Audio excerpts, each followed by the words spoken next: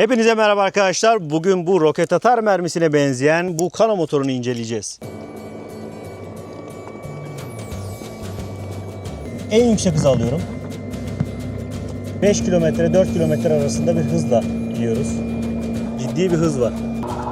Evet, şurada kamp yapan arkadaşlar var. Onları bir yağmalamaya çalışacağım. O ilk korsanlıktaki ilk günümde. At kanki şu sepete be. Eyvallah, sağ olasın.